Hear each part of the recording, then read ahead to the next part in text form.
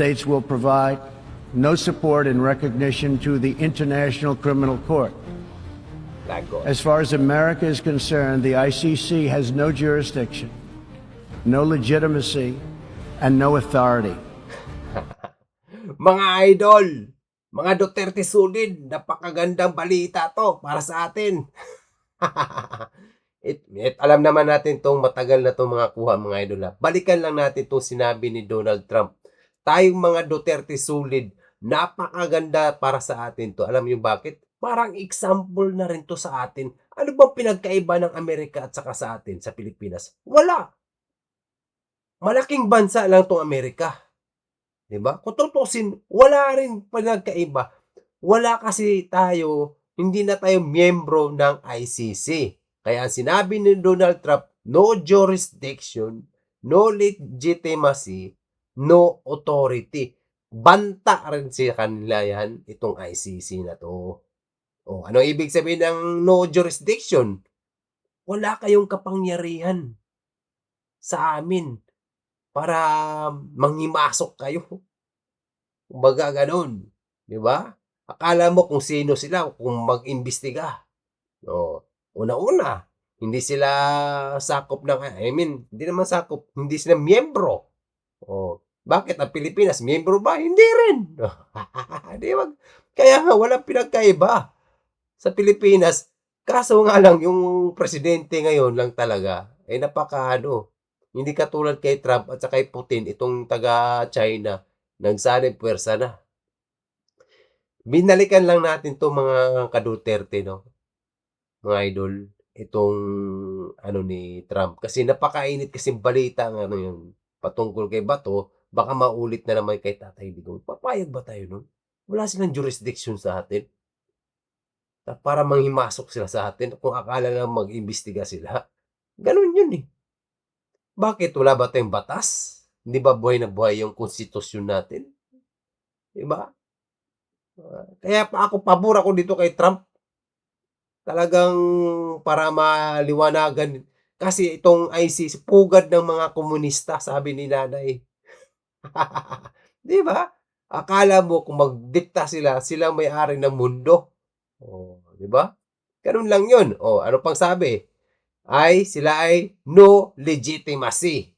Ibig sabihin, parang hindi kayo katiwala-tiwala. O hindi kayo legitimacy na bilang isang pandaigdigang hukom na marami namang mga ayaw din sa inyong bansa. Marami ding nag-support dito sa taga-ICC, pero marami ding hindi. Di ba? Ganun lang yun. Kahit nga tayo, sus, naku po, papayag ka ba? Ikaw, Pilipino, dadalhin ka sa ibang bansa, tapos doon ka litisin? Kalukuhan yun. Tapos meron tayong buhay na buhay naman yung sistema natin, itong Supreme Court. May batas naman tayo, may mga pulis, may mga marami tayong ahensya. Matatalino ang ating mga judge. Di ba? Sino bang alam ba nilang nangyayari dito sa mundo ng Pilipinas na talamak na ang droga? Kahit sa kanilang backyard, marami rin yan. Kaso dito sa atin, lantaran. Di ba? Aside dito sa mga korupsyon na magnanakaw talaga itong mga kawatan na nandyan. Grabe. Bakit? Itong mga inosenteng tao, inosenteng bata, pamilya, nanay, tatay, dalaga. May ba sila? Itong human rights? Wala. Anong pinaglalaban ng Duterte? War on drugs. Sino nakinabang? Taong bayan. Kayo tayong mga magulang, na alam nyo mismo kung inyong mga anak, o sino ba asawa nyo, ay may ginagawang hindi maganda katulad niyan. Bago nagsimula si tatay pagkakapresidente, binigyan na tayo na wag nyo na itigil nyo yan. Kaya ang daming sumuko. Di ba? Ngayon, si Bato naman. Ganito ang nangyayari. Kaya muli natin binalikan ngayon itong usapang ICC na to. Kasi kulang ng kulang ng tawag dito. Ang sarap batukan ba kumbaga. Kulang ng hindi yata nauntog itong taga-ICC. Uy, Maghunis dili kayo. Akala nyo kayo yung may-ari ng mundo. Parang ganun ba? Ganun ang kung kulang na lang sabihin ni Trump na ganun. 'Di ba? Oh, wala kayong otoridad. Oh, ito yung sinasabing no authority na magdikta. Kumbaga, mag-utos, magparusa. Lalong-lalo na kung wala kayong jurisdiction. Oh, ganun din sa atin. Tapos itong pagiging Pilipino natin, itong taga-Amerika, pagiging Amerikano nila, papayag ba yan si Trump? Naku po, may sarili silang batas. Batas Amerika rin sila. Ganun, batas Pilipino, batas ganun, Pilipinas. Diba? Kasi ngayon, muli lang natin binalikan kasi si Bato, ganun lang nangyari. Akala kasi natin noon na may warrant din si Bato galing sa atin. Wala naman pala. Galing na sa valid nga yung ICC. Tapos anong nangyayari? Oh, bakit sa ICC? Dapat meron din sa korte natin. Ganun. Wala eh. Di ba? Tandaan natin, no jurisdiction, no legitimacy, no authority. Wala kayong kapangyarihan magparusa, magdikta. Di ba? Parang ganun. Akala mo mga siga kayo kung akala nyo mag-utos kayo. Pugad kayo ng mga komunista, sabi ni nanay. Di ba? Kaya mga idol, tuloy natin to. Sinabi ni paring President Trump. Di ba? The ICC claims near universal jurisdiction over the citizens of every country. Naku, every country nagki-claim sila ng jurisdiction. Wag na. Kaya nga si Trump ayaw diyan. Kasi banta sa kanila yan. Ay, akala mo kung akala nila, di ba? Si Trump, siga rin to. Akala nila sila may ahari, ha? Hari-harian kayo dyan, ha? Parang mangyayari kasi yan, kontrolado ng ICC yung galaw ng bawat bansa. Parang ganun eh, gusto nilang kontrolin. O, bawal yan, bawal ka makipaggera. Iba naman usapin dun sa war on crimes yun eh. Yung sa atin talaga, yung drugs talaga, ay talaga buong mundo yan. Buong mundo, malala ang Pilipinas eh. Iba rin yung gera. Ibang usapin yun.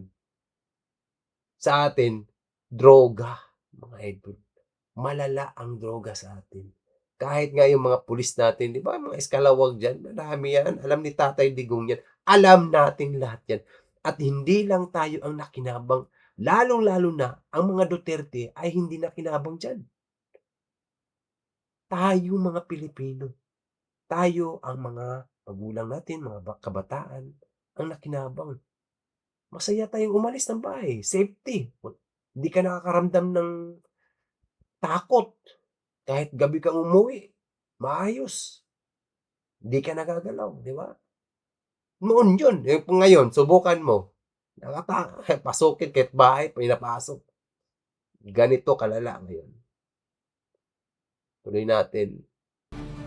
Violating all principles of justice, fairness, and due process. Di ba? Violating all principles and due process. Ay, naku po. Sa due process pa lang, yung nangyari kay Tatay Digong, walang ka-due process doon. Saan yung due process doon? Di ba? Anong ginawa ni Tory? Dinala ka agad doon. Papuntang The Hague. Walang madsyak, walang mga meron man siguro fiscal.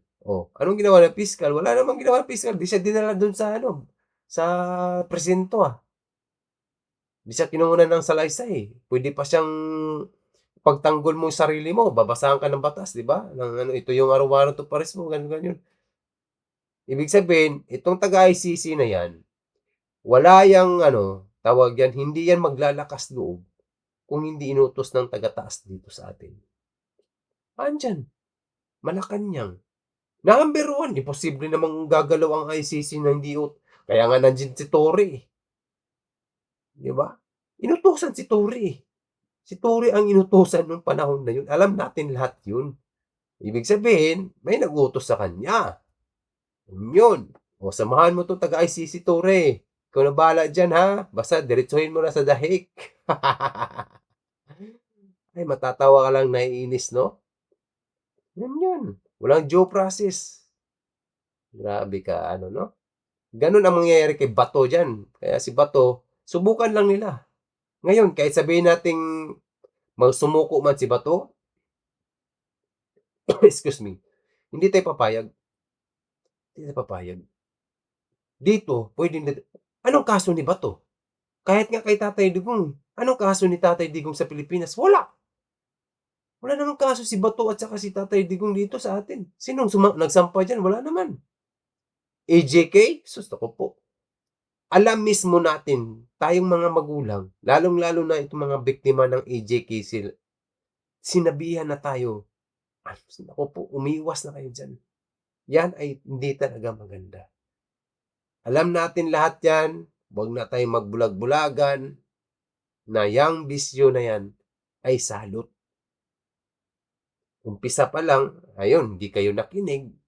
Sa mga nakinig, buhay pa hanggang ngayon. Maayos, nagbagong buhay. Yan ay kasi, hindi makawala yan kasi yan ay mga pera-pera din, negosyo. Ganun lang yan. Kaya, ganun ang nangyari sa iba. Diba? Sino may kasalanan? Sino may kasalanan? Duterte? Hindi ah. Hindi si Duterte may kasalanan nun. Umpisa pa lang pinagsabihan na tayo na itigil ninyo na yan. Hindi maganda yan. Kahit nga itong mga kapulisan, makita natin, barangay kapitan, barangay tanod, mayor, di ba? Na-involved sa mga ganun. Itong mga generals, vice mayor, marami. Hindi lang yun, pati mga drug lord. Alam natin panahon nun, sa loob ng bilibid. Hindi lang drug lord ang nahuli natin dun. Pati mga senador na involved dun. O, di ba? Mga protection nila. Ay, nako po. Tuloy natin, paring Trump. We will never surrender America's sovereignty. Oh, especially, we never surrender sovereignty, American sovereignty. Isipin mo, si Tatay Digong, ang pagka-Pilipino niya, doon pa lang ay foul na lahat yun. Grabe, no? Oh. Ay, Pilipino si Tatay Digong, may sarili tayong bansa, may sarili tayong batas, buhay na buhay. Ganun mga idol. Unelected, unaccountable global bureaucracy. America is governed by Americans. Oh, di ba? We reject the ideology of globalism and we embrace the doctrine of patriotism. Around the world, responsible nations must defend against threats to sovereignty, not just from global governments, but also from other new forms of coercion and domination. Correct. The United States. Pause muna natin. Di ba? Kaya tama lang itong ginawa ni paring Trump. Nauntog yung taga-ICC. Kasi dyan, nabigyan din sila ng sanction itong prosecutor nila dun. Parang director ba something? Ito si Karim Khan. Di ba? Binigyan din siya ng pataw ni President Donald Trump dyan. Grabe. Kasi alam mo yung mga idol, tayo ay Pilipino. Papayag ka ba? Example lang, ako, ikaw, tatay mo dadalhin sa dahig. I-implementa na ganon. Anong sabi ni si Torion? Atty. Torion? Kalokohan. Yan ay isang kalokohan.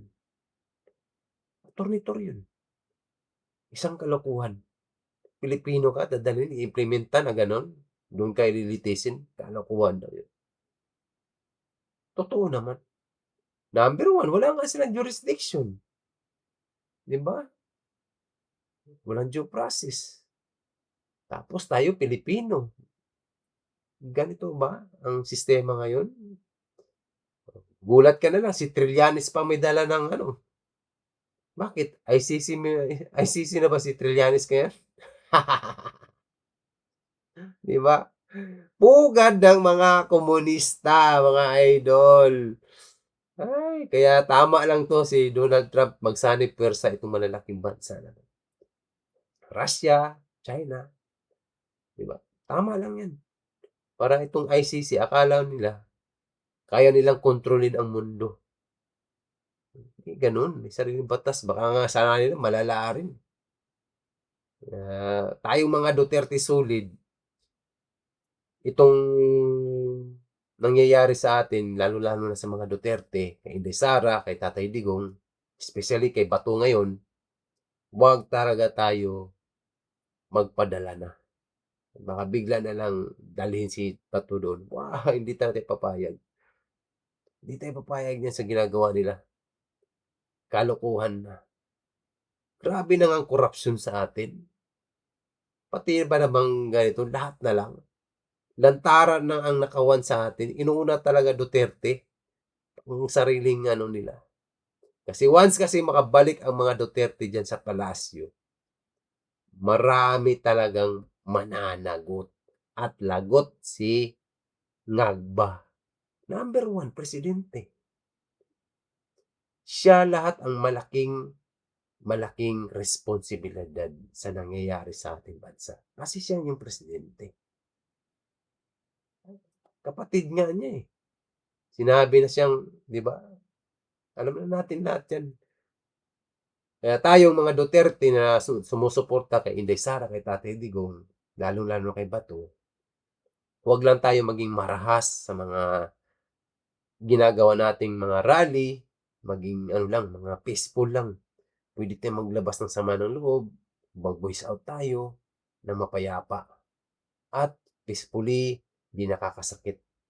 Kasi ang mga Duterte, ganun tayo. Ganun.